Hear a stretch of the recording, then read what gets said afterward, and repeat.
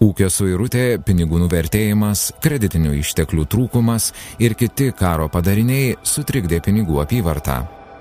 Vokiečių, Lenkų okupuotose, bolševikų ir kitų vietos valdžios organų administruojamose teritorijose buvo spausdinami vietiniai pinigai.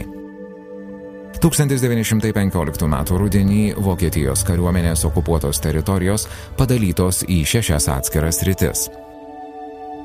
Sedos miestelis buvo strategiškai svarbioje vietoje. Matyt, tai buvo viena iš priežasčių, dėl kurios jis 1915 metais tapo apskrities centru ir išbuvo juo iki 1919 metų. Teigiama, kad Sedos pinigai galėjo būti išleisti apskrities komendantūros viršininko iniciatyva. Žinomi 1915 metais išleisti 8 nominalų nuo 1 iki 50 kapeikų popieriniai pinigai. Visi jie vienpusiai spausdinti iškiliąją spaudą. Pinigai antspauduoti skirtingais antspaudais. Manoma, kad šie reti pinigai buvo spausdinti Klaipėdoje. Sedos pinigai apyvartoje išbuvo iki 1916 metų lapkričio mėnesio. 1918 metų pabaigoje Panevėžyje valdžią paėmė bolševikų vadovaujama darbininkų atstovų taryba. Yra išlikę kelių nominalų, matyt 1919 metų pradžioje atspausdinti laikinieji pinigai.